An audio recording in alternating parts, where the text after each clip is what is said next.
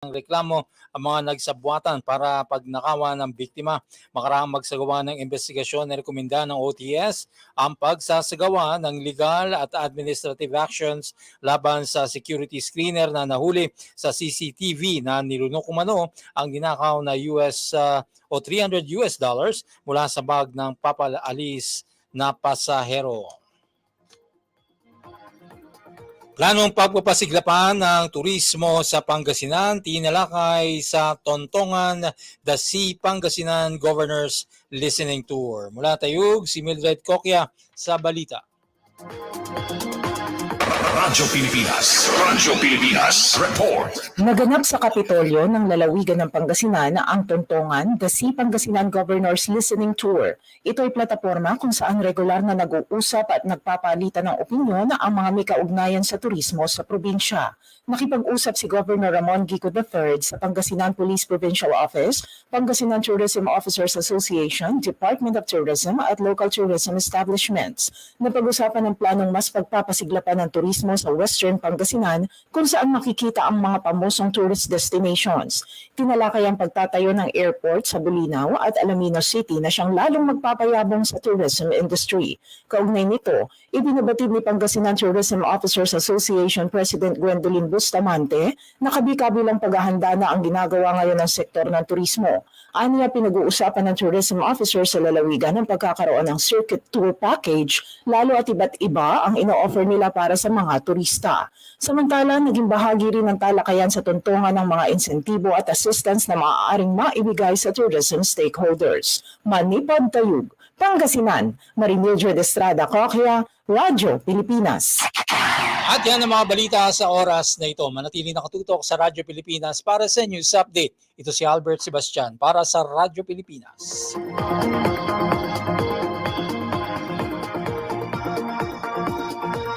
Radyo Pilipinas is on Viber. One tap and swipe. Nandyan na lahat. Receive credible news and information. Pati mga trending topics at videos. Sure na meron dito niyan. Stay on track with Radyo Pilipinas on Viber. Pick up real news. Catch the latest and biggest stories. Search Radyo Pilipinas on Viber and hop in to our community. Dinaluhan ni Pangulong Ferdinand R. Marcos Jr. ang pamamahagi sa Zamboanga City ng mga nakumpiskang sako ng smuggled rice. At doon ay pinaalala niya na walang kalalagyan sa bansa ang anumang iligal na gawaing nakakapekto sa buhay at kabuhayan ng mga Pilipino. Kung hindi nakasunod sa batas, hindi natin papayagan para hindi kayo nahihirapan, para hindi ang presyo ng bigas ay hindi na paglalaruan at ang supply ng bigas ay sapat. Iginiit ng Pangulo na hindi titigil ang pamahalaan na maghatid sa mamamayan ng mga murang bilihin, kasabay ang paninigurong may magandang hanap buhay rin ang ating mga magsasaka. Ngayon, wala naman siguro sa atin ang hindi nangangailangan ng tulong. Kaya nandito po ang inyong pamahalaan. Nandito po lagi para tulungan kayo. Para sa iba pang mga balita at impormasyon, manatiling nakatutok. Tapat sa pag-uulat, Radyo Pilipinas. A person who teaches. Yan ang kahulugan ng salitang teacher. Tunog simple, pero it's more than that. Dahil ang kanilang dedikasyon sa pagtuturo, mapagod man at mapuyat, ay hindi nawawala. Makukulit man ang ating mga mag-aaral, tinitiyak naman nila na uuwi sila may bagong kaalaman. At ang kanilang puso bilang mga ikalawang magulang ng mga bata ay hindi rin matatawaran. Kaya ngayong Teachers Month, isang pagsaludo at pasasalamat para sa inyong guidance, hard work and commitment. Kayo po ay malaking bahagi ng paghubog sa pagkatao at magandang kinabukasan ng bawat estudyante. Sa lahat ng mga guro, Happy Teachers Month! Isang pagpupugay mula sa Presidential Broadcast Service at Radyo Pilipinas. Pakinggan, panoorin, agaran in real time, o balikan sa pag-scroll up and down. Mga balitang dapat malaman, impormasyong tunay at napakikinabangan. Saan ka man, sa buong kapuluan. Mapapangon sa bagong sigla. Kababayan, kasama ang social media. Powered broadcaster ng bagong mamamayan. Tapat sa pag-uulat. Ito po ang Presidential Broadcast Service sa Metro Manila. Radyo Pilipinas 1, 738 AM. Serving the Republic of the Philippines for more than 75 years. Ito po ang Presidential Broadcast Service.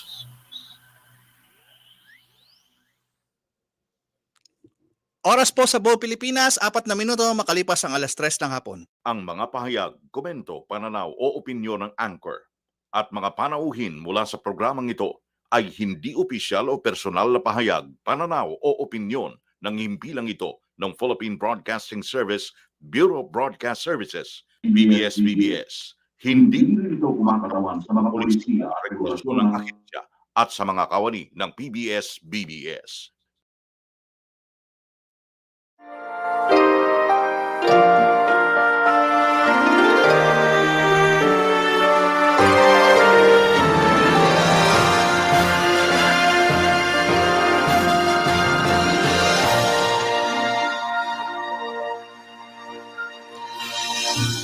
Magandang hapon po sa inyo lahat at welcome po tayo sa ating panibagong edisyon po ng ating programang Kalinga Hatid ng Red Cross dito po sa Radyo Pilipinas. Ngayon po ay ika-24 ng buwan ng Setyembre. Last Sunday na po tayo ng buwan ng September at sa makatuwid next Sunday, October na tayo. At sabi nga kanina, 92 days before Christmas. Oy, napakalapit na ha.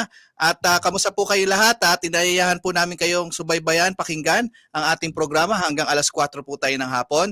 And sa oras po nito ay meron tayong special guest. We have a special guest for our edition of our program today. And sa mga nakikinig po, nais nating pasalamatan ang mga bumubuo ng ating programang Kalinga Hatid ng Red Cross sa Radyo Pilipinas. Siyempre mula sa Presidential Broadcasting Service, ang ating Director Bong Aportadera, ang ating Station Manager, Sir Alan Alyanige, si Sir Ray Sampang, si Sir Maki, at ang ating nasa technical side, si Sir Orly Lopez. At siyempre mula sa Philippine Red Cross, ang ating Chairman and CEO Richard J. Gordon, ang ating Vice Chairman, Governor Corazon Alma de Leon, at ang ating Secretary General Dr. Gwendolyn Pang. Okay? At hindi na po natin patatagalin pa. Mga kasama natin ngayon, hapong ito, medyo makulimlim po sa labas at meron po tayong thunderstorm advisory galing sa Pag-asa. Mga kasama natin, via StreamYard, ang ating Vice Chairman, Governor Corazon Alma de Leon. Ma'am Cora, magandang hapon po. Yes, magandang hapon at sisimulan natin ang programa sa magitan ng special message ni retired Chief Justice Hilarion Davide Jr. Ang sabi niya sa kanyang message, on this blessed Sunday, the 24th of September, let us also pray, Dear Lord, you have brought me to the beginning of a new day. As the world is renewed fresh and clean, so I ask you to renew my heart with your love, power, strength, and purpose. Forgive me for my faults and sins of yesterday, and bless me to walk closer in your way today. This is the day I begin my life anew. Shine through me so that every person I meet may feel your presence in me. Take my hand, dearest Lord, for alone I cannot make it by myself. Even if others consider me the last, you, Lord, can make me first. Amen. Maraming salamat at excited na tayong marinig at makadaupalad ang namumuno o nagre-represent ng Spanish Red Cross sa ating bansa, si Mr. Carlo Simonetti, Spanish Red Cross Delegate. Good afternoon, Mr. Carlo Simonetti. Good afternoon, everyone. Good afternoon, Yes. Sir Carlo. Good afternoon. Thank you very much for accepting our invite as head of mission. And of course, my first question is, how long have you been with Spanish Red Cross, which brought you to the Philippines? Go ahead, Mr. Simonetti. Well, I arrived in Manila in February 2022. Before I was with the movement, I was with the Norwegian Red Cross in the Middle East. So I was quite lucky to arrive here when, to avoid most of the heavy restrictions that took place in Manila. So for the time being, I don't have any plan to leave the country. And we also don't have any restrictions for the amount to stay here. So I think I'll stay here for a while. So you came 2022. February, yes. Yes. So this is our way of welcoming you, even though you already arrived Thank you. 2022. So maybe we will ask you a little bit of your history. How did you come to be connected with the Spanish Red Cross? What was your background to make you become somebody, in fact, a delegate, the delegate of the Spanish Red Cross in the Philippines? Well, it's been, I'm not that young, so it has been kind of a long path, let's say. So I did start in 2003 with the Italian Red Cross. I was a volunteer back then. I was working for the RFL, so Restoring Family Links unit. So, that's a unit that still today, unfortunately, is, tracking the people lost in the Mediterranean because, the Mhm. Mediterranean is a very important route for migrants, especially, all sorts of migrants. So that's where I started. Then I got involved in the international department of the Italian Red Cross. There was a war in Iraq back then. Then after this, I did WASH for, water and sanitation for about 15 years. I was with NGOs. Then I went with the Norwegian Red Cross in Iraq and Syria. And then, I took a break during pandemic to stay with my family to study. And as soon as I saw the position for the Spanish Red Cross in the Philippines, I immediately applied. And I was very lucky to get here because it's really a place and a context which I really enjoy. Carlo, if I may call you Carlo, Please, you please. have a very rich experience in war-torn countries, problematic countries from the side of the Philippine Red Cross. And I believe that your experience will bring to bear your experience in the Philippines, which I believe the Spanish Red Cross has had a long history with the Philippine Red Cross, no? So maybe my next question is, right now, from the time you arrived, what are you busy about uh, with the Philippine Red Cross? Because you have had recent projects with the Philippine Red Cross. Maybe you can share in which areas you have found the Spanish Red Cross actively engaged the Philippine Red Cross. Go ahead, Carlo. Of course, it's my pleasure. So, right now we're a bit at a turning point because we closed a big EU-funded grant in BARM. But, we have several initiatives in the Philippines. We have a project in livelihood project in Bukidnon, Yes. which especially is very active with, let's say, saving groups, which is a methodology of special elaborated by the Spanish Red Cross, in which instead of giving credit, let's say, we we accompany groups to save more. Okay, we Mhm. also have an employment project in Zamboanga and Manila, and especially a very important project. I personally was involved firsthand with this project with my colleagues from the welfare and wash department. Is a circular economy project on plastic waste in Zamboanga and Manila. So that's a very, let's say, a very ambitious project because it accompanies, let's say, it walks hand in hand with the new legislation in the country about the phasing out of single plastic use. Unfortunately, Philippines is produces a lot of ocean, plastic that ends up in the sea, and that's because of the dense environment, the big population, being an archipelago. And so this project especially, I really have it dear to heart.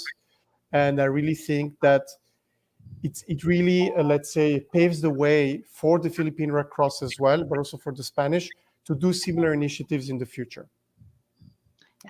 you know, the fact that you're engaged in this environmental,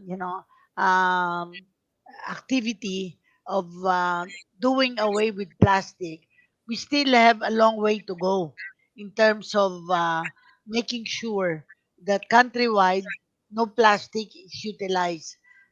Because the current culture right now is that when people go to market, they expect their stuff that they buy to be wrapped in plastic.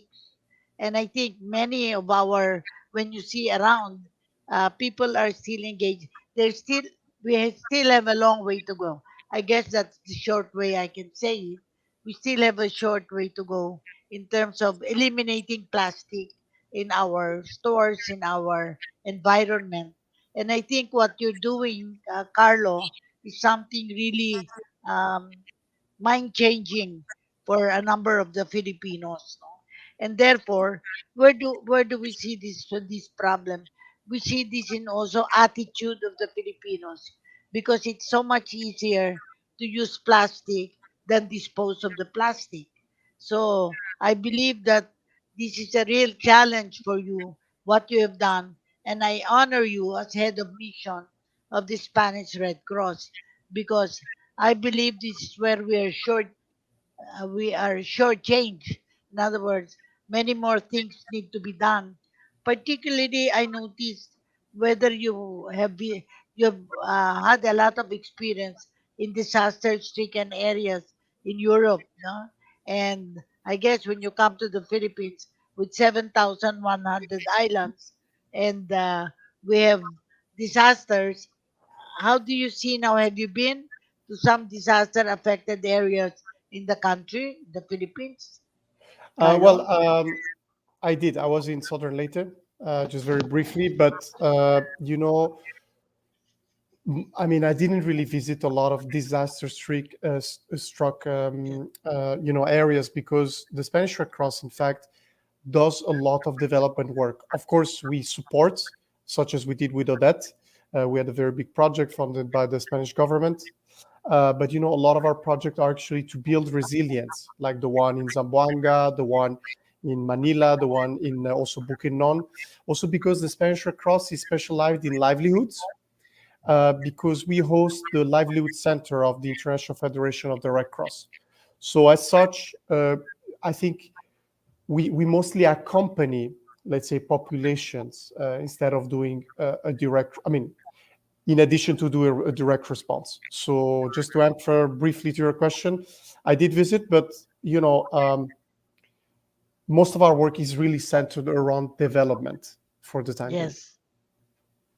I am very happy to, of course, hear this from you yourself, Carlo, because in the past, we view the work of foreign societies in the area of disasters. But now that I see, I read, and you're now sharing the development projects, it is really a breath of fresh air because I think this is the direction that we are now taking and should take perhaps in the future. Perhaps I'd like to ask you currently, you mentioned what you're doing, but what are the previous projects that Spanish Red Cross did with the Philippine Red Cross so that the people in our audience who need to know the partnership between Spanish Red Cross and Philippine Red Cross may be updated on what are the previous projects, and then we will ask the upcoming projects. Go ahead, Carlo. Well, the past projects, well, we had a lot. The Spanish Red Yeah. Cross has been here since the 90s, the Spanish Red Cross delegation. So it's a very long history. And unfortunately, I don't have all these details. But let's say in the last few years, we just closed the project now, which I mentioned before, funded by the European Union, which is a project done in collaboration with the German Red Cross as well. Mhm. It's a project in Barm, which addresses which was launched during the pandemic. So it addresses, let's say, the health emergency, both in terms of testing and vaccine capacities, but also there's a very big livelihood component, right? So this livelihood component targets mostly, special projects developed by the population, by the communities, in which we give them grants, but also we support them through market assessment, through community saving groups, like I said, this saving methodology, to be productive and to be to be not to be dependent also on aid. Another important aspect is also the trainings that we do with TESDA, and also the work that we do giving grants to also students that have participated to these grants. So this is something that we are already in our second phase. We targeted Manila during the pandemic, and now Zamboanga and Manila as well. In terms of the past project, we also had TAL. We had, the response to TAL volcano. We had people on the move. I think it was an emergency in Mindanao as well with one Yes. volcano. Yes. So in Also terms in of, Hayan, you had the sorry? project in Hayan, sir. Yes. Carl, you built Of house. course. Hayan. So Special Cross was, of course, already here. I mean, we never closed the delegation since the 90s. So we were up and ready when Hayan struck. And yes, we had very big project in Hayan, especially in Naklan. Yes. But, indeed, all over the Philippines. It was a very big delegation indeed. Mm. I guess you have enough material to mention the activities of Spanish Red Cross in the Philippines.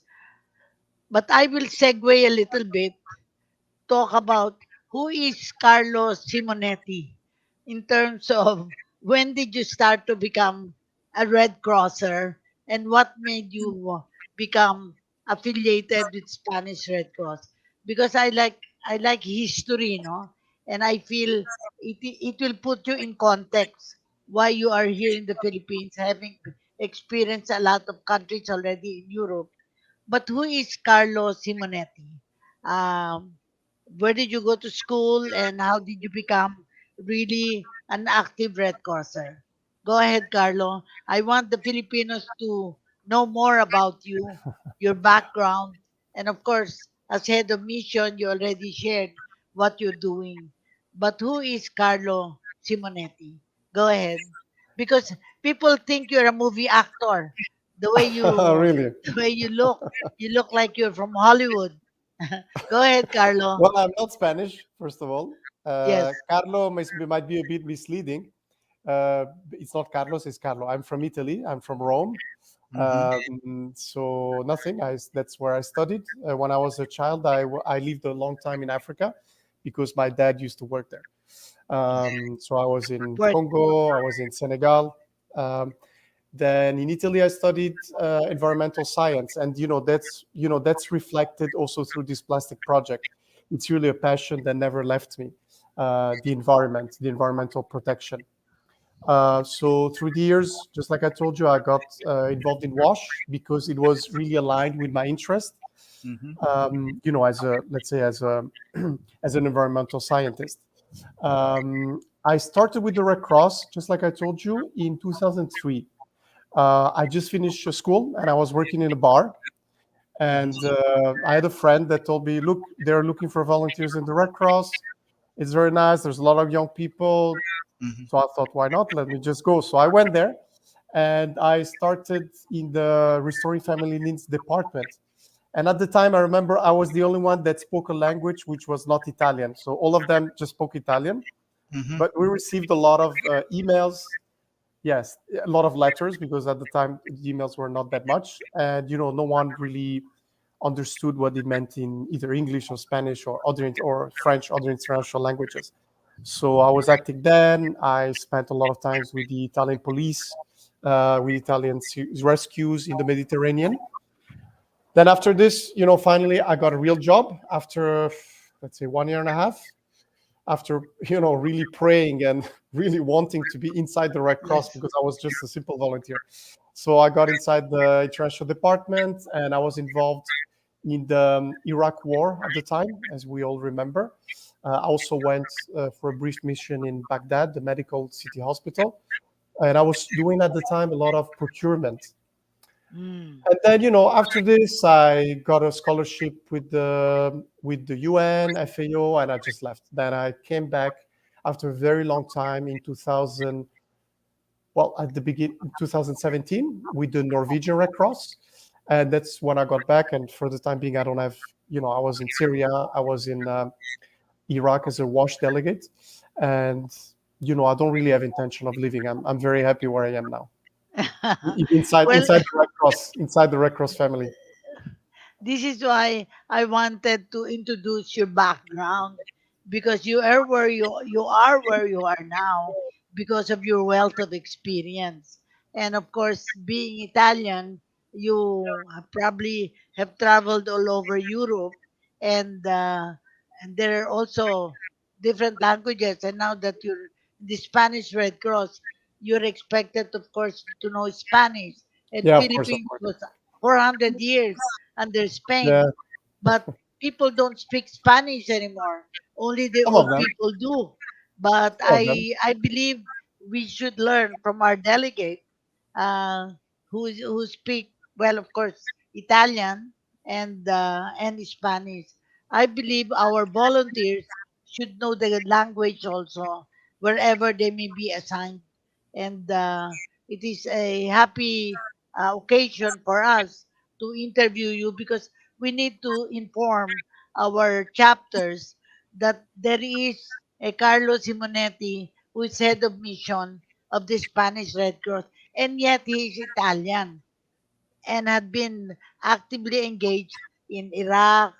I guess Iran. You have also been I was in assigned Iran, in but Iran. not with the Red Cross. Not I was in so, yeah, Iran for my thesis when I yeah, used to study, yeah. 2002. Yeah, Yeah. something. I did You know, something else. I was also able to go to Iran, but only to arrange for a potential conference. But it did not materialize after a while. But anyway, it was good to have seen Iran, even from a short range visit. Absolutely. And yeah, so maybe moving on. Now that I've introduced you, you've introduced yourself.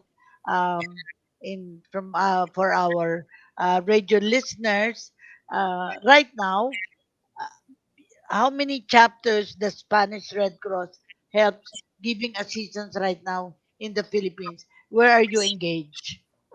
So now we're engaged in Nabotas in Mm, Zamboanga with two projects. Zamboanga, yes. Yes, You've in been Manila. there. I've been there several times. Yes, yes, and I Good. love it. It's a really incredible place. So indeed, in Zamboanga, in Manila, in Nabotas, and in Bukidnon. So Mm, these are the chapters we support right now, currently. yeah. Well, Carlo, when you become a Red Crosser, you really become an internationalist because you can be assigned anywhere in the world, and particularly with the Spanish Red Cross, where we had our roots of 400 years under Spain. You can understand why culturally there's some the like manana habit, some of this that we postpone for tomorrow, what you can do today, which we're trying to also negate in terms of new cultural norms that we want to our Filipinos to experience. We have Chairman Gordon had really in his term as chairman tried to modernize the Philippine Red Cross. And before we didn't have water stations, we did not have food trucks.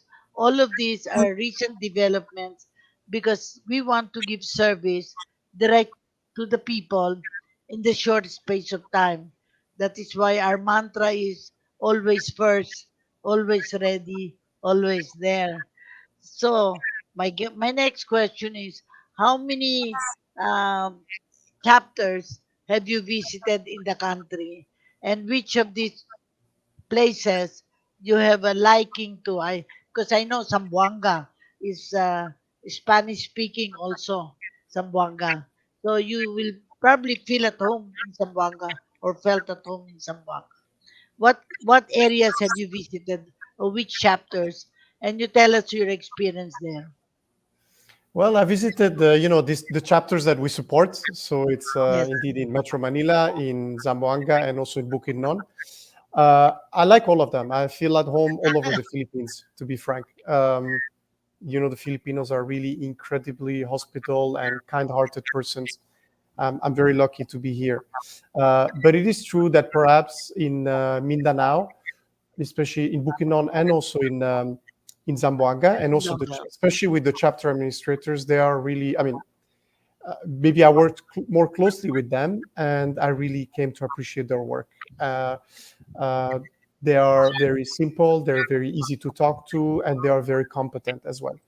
So definitely, if I would have to choose, I would say yes, Bukidnon and Zamboanga. I know them better, and definitely I really felt at home, and I really value the incredible work that they do. Mm. I have, of course, have a strong feeling for Bukidnon because our own Senate President is a member of the Philippine Red Cross, Mig Subiri. And I don't know if you've met him. I I think you did should not just once. leave. I did, yes. You already did. Good. Both of you are good looking in terms of Spanish looking also for Mig Subiri. I'd like to ask you, having experienced dealing with different disasters and calamities in other countries, how do you compare the responsiveness of Philippines in terms of disasters? How, in terms of your experience, uh, I want you to share the difference or the similarities between coping with disasters of the countries that you have been uh, have worked with. Go ahead, Carlo. Well, first of all, like I mentioned before, most of the disasters I covered in our countries were related with conflict. So they're not proper disasters. Let's say they were more, movements of IDP, movements Yes. of people. But also there were some, especially ones in Iraq. We had a very big project for drought, as you can imagine, and also for algae infestation. So basically, the whole river, the Euphrates, which is very well known, was completely contaminated, polluted by algae. In the Philippines, it's very different. They're all, let's say, more, let's say, rapid disasters, if I may say, Yes. like typhoons, volcano eruptions. And I think what the Philippines is doing, I mean, I never saw a national society doing these kind of things, also because I've never been in this kind of context. So the response is very quick. The assessments are very good. The operation room is, I'm really impressed how they're taking shifts, in the operation room once there is a disaster, to monitor constantly the situation. And also I think it's really important what they're doing with in terms of forecasting. So I know other national societies, PNS, partner national societies, like the Germans, for example, the Americans, are also doing a very good job in terms of reducing the risk. We also do our part, especially in Bukidnon.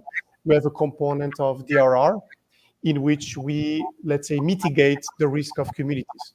Yeah. Yes, as I Ah, said, the experience is very different. And in the Philippines, yeah, it's very quick response. And I can see also, around me, every time there's a heavy rain or, there's a typhoon coming, even here in the neighborhood in Manila, I really see a lot of community activities, a lot of awareness. People are really aware of what is going on and how to react and behave. Gov Cora, Yes. uh, Yes. Go uh, ahead. interfere again. We're going to have a quick commercial Break. break. We're Yes. going to get back after some commercial break by Sir Orly. Okay. Uh, Carlo and I will wait. Radyo Pilipinas is on Viber. Viber. One tap and swipe. Nandyan na lahat. Receive credible news and information. Pati mga trending topics at videos. Sure na meron dito niyan. Stay on track with Radyo Pilipinas on Viber. Pick up real news. Catch the latest and biggest stories. Search Radyo Pilipinas on Viber and hop in to our community. A person who teaches. Yan ang kahulugan ng salitang teacher. Tunog simple, pero it's more than that. Dahil ang kanilang dedikasyon sa pagtuturo, mapagod man at mapuyat, ay hindi nawawala. Makukulit man ang ating mga mag-aaral, tinitiyak naman nila na uuwi sila may bagong kaalaman. At ang kanilang puso bilang mga ikalawang magulang ng mga bata ay hindi rin matatawaran. Kaya ngayong Teachers Month, isang pagsaludo at pasasalamat para sa inyong guidance, hard work and commitment. Kayo po ay malaking bahagi ng paghubog sa pagkatao at magandang kinabukasan ng bawat estudyante. Sa lahat ng mga guro, Happy Teachers Month! Isang pagpupugay mula sa Presidential Broadcast Service at Radyo Pilipinas. Okay po, nagbabalik po tayo sa ating programang Kalinga Hatid ng Red Cross sa Radyo Pilipinas at mayroon lang tayong mga ilang paalala po dito ha. Meron po tayong ang RP1 ay available na rin po sa Free TV. Ito po ay joint cooperation sa pagitan ng PTV at RP1 na mapapanood sa TV Plus Channel 3 at For the Box Channel 45 to 49. At tayo rin po ay live sa ating Facebook sa Kalinga Hatid. At nagpapasalamat tayo kay Sir Charles sa kanyang pagtulong sa atin sa programa. At magbibigay din po tayo ng pagbati at birthday po ngayon ng ating nagiging co-host na si Governor J. Halandoni. Happy birthday, Gob! At nais din po naming magbigay ano sa ating namatay na kasamahan din po, dating mayor po ng Marikina, si Mayor Bayani Fernando.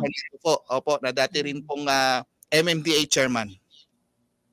Yeah. Of Sa Cora. pagpapatuloy natin, alam ko Carlo has visited Bukidnon and Zamboanga mostly. But maybe I'd like to ask him which places other than Zamboanga and Bukidnon has he seen, particularly the sites that we can claim are touristy in character. Carlo, have you been to any of our tourist sites since you have been here since 2022? Well, of course. I mean, how could I not go to touristic sites in the Philippines? No, I've been to many places. I've been to, especially Palawan. I've been several times. To Yes. Sabang, to Puerto Princesa, one of the most beautiful places I've seen in my life. I've been to also Luzon. I've been to Bicol. I've been to Bohol. I've been to Siquijor. I've been to Dumaguete. So yes, I did really enjoy. Well, I am pleased to know that you have many places that you have visited. But I believe that when you go to a new place, you look at the people in terms of where did you enjoy the most. I always feel it's important to ask their experiences, the experiences of people who've gone to those different, because they leave an impression on the visitors. So I will ask a difficult question, Carlo. Of all the places that you have seen, which had the most impact to you? Is that a difficult question, Carlo? Well, no, not really. I think definitely Siquijor. I really liked it. There was a very interesting vibe, and I also know there's a history of traditions and potions and all this. And I kind of like this side, this kind of mysterious side, if I may say. And Palawan, because Yes. maybe because I've been, I have to stay in Manila, and there's so many people and so much traffic. It's really nice to go to Palawan and not seeing anyone. Yeah. So that's really what I enjoyed. That's good because we believe that when a delegate comes to the Philippines, they should not just go to the work areas. Of course, there are challenges that you have to face. But we want you, when you leave our country, to have seen places you would not likely have seen uh, because you were so busy with the disaster. Like for people who came for the Haiyan, I don't want them to leave the Philippines just for Haiyan. We have 7,100 islands, Carlo. And I hope you will look at least out of the 7,100, you had visited 71. If you were not able to visit 7,100 islands. But it is the experience that you will have that will make a mark in your career, even as Spanish Red Cross. Although you are Italian, I myself have been to Italy and, of course, Spain. And the culture is kind of the same also in terms of enjoying life because when you speak of Spanish, you say uh, the Spaniards enjoy life, and so do the Italians. So you have a Yeah. commonality in terms of course, you see the movies, the movie actors and actresses from Italy and from Spain, they kind of work together. But going back to Red Cross, how many chapters um, is Spanish Red Cross helping now in the Philippines? Do you remember the chapters that Yes, of course, of you course. We support, Nabotas, Manila, Nabotas? Zamboanga, and Yes, Bukidnon. These are the chapters that we Uh, support. Sir Carlo, yeah, what's your project in Nabotas? Um, Well, the project we have in Nabotas is we have two projects actually. So Nabotas is one. It's not only a special project for Nabotas. So Nabotas, we have an employment project that mhm, we do in good. collaboration with TESDA, in mhm, which we, let's say, we we sponsor some trainings of TESDA, and then we accompany the let's say the insertion into the labor market of the trainees. Also, we also did an employment center, which is it sounds like a big thing. Unfortunately, it's just a room, which is close to Nabotas. I think it's in Caloocan. So mhm, over there, actually, they support especially young people to write their CVs, to explain them how the job market works, where mhm, they can be redirected, etc. And it's a very nice project because Spain has unfortunately very high unemployment rates, and mhm. so they really have a lot of programs, and we wanted also to give this Spanish experience to the Philippines and Nabotas. Yeah, Also in Nabotas, we also have another project which is on plastic waste. Oy, Nabotas was chosen because, as you know, it's the major, let's say, fishing port in the yes, Philippines. fishing port. So there's a lot of waste. I visited personally, especially there's a lot of these informal, shops, Mhm, and so we're also working there for the informal, sorry, with informal waste collectors, and mhm. it's kind of early days for the project, but we are already heavily engaged with Nabotas. It's a great mm, project for the environment. It is. Yeah, It's a very interesting project. Yes. yeah. Gabcora. I am very, very happy that you're touching base with Nabotas, the Spanish Red Cross, because um, there is in fact a housing project there, started by the wife of former President Marcos, and Okay. I don't know how it is faring, but this is really a fish area. A lot of people are fish vendors there. In fact, the business of someone who is now in the Senate, the husband used to work in the Nabotas and marketing fish in the area. So the wealth of experience of uh, that senator who ran from president speaks well of how poverty enabled him to see what needs to be done in the country. And now he's in housing. Of course, I'm referring to somebody, Senator Manny Villar, married to Senator Sincha. um, Sincha. Villar also. Sincha. And Sincha Pilar. and I think they have very good housing projects which provides housing for the OFWs. And I hope you will be able to meet um, the wife who is still a senator and the son who used to be the Secretary of Public Works. I Uh, believe that there is yeah. so much to see and learn from the Philippines. But we, as Philippine Red Cross, need to learn a lot also from you, having had a wealth of experience in other countries. And I think you cannot compare Philippines with other countries because there is a uniqueness in the Philippines. As an archipelago, we are not able to reach all of the areas. We have mountains, we have rivers, we have, of course, the Pacific Ocean, and and many more. And now you will find out, Carlo, that many Filipinos want to retire in the Philippines. They feel that it's about time to enjoy what they had in their childhood. In fact, we have a place called Banton in Romblon, where the only the children and the older people stay. Many of the middle-aged group are out there earning a living outside. So you have a population that is mostly older people and young people.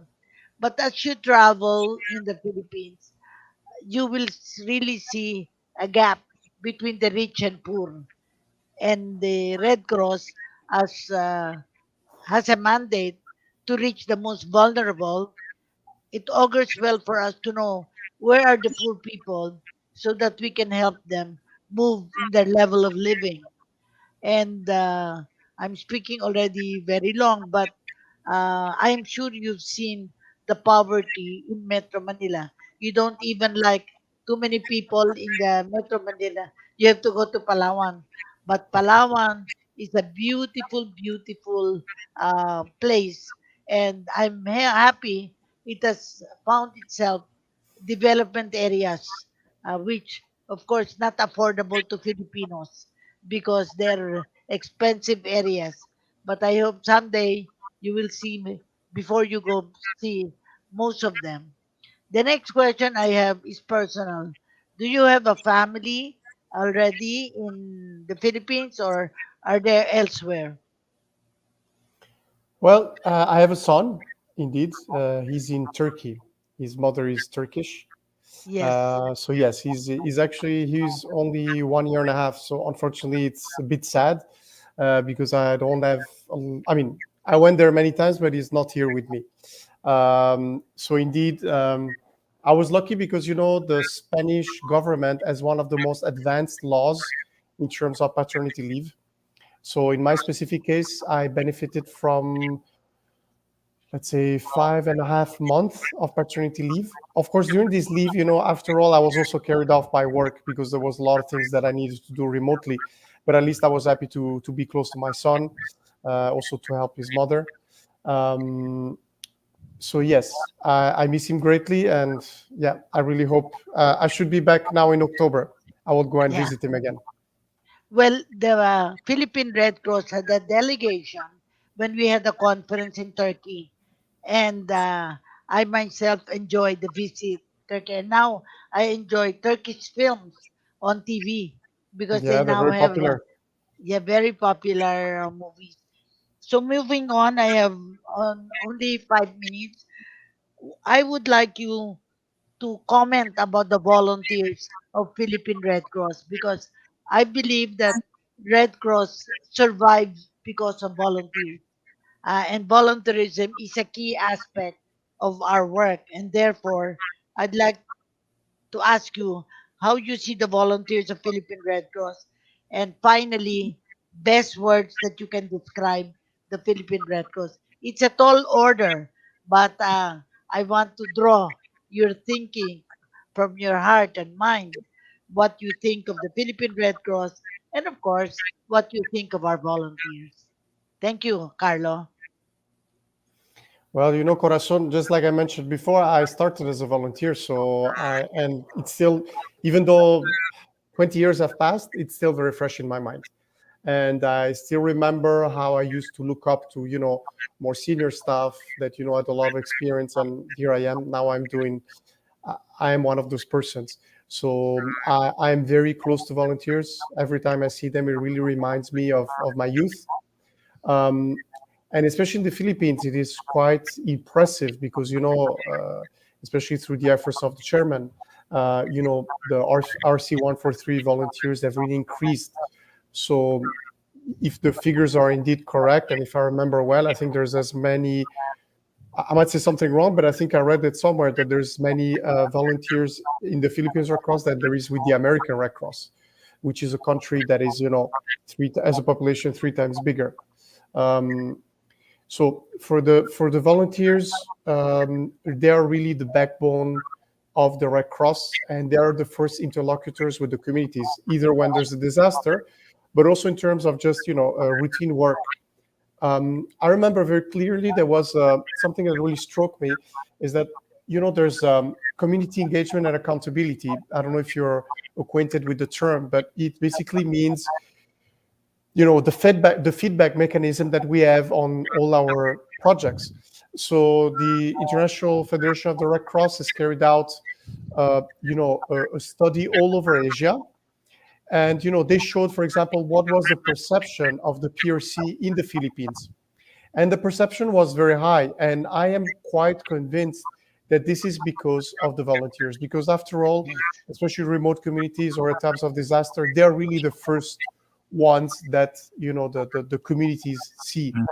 Yes. They're really their main interlocutors. Mm-mm. And as you also rightly said, volunteerism is it's one of the 7 fundamental principles of the Red Cross, and it is something that we definitely need to reinforce because there's no other organization in the world that has this kind of setup.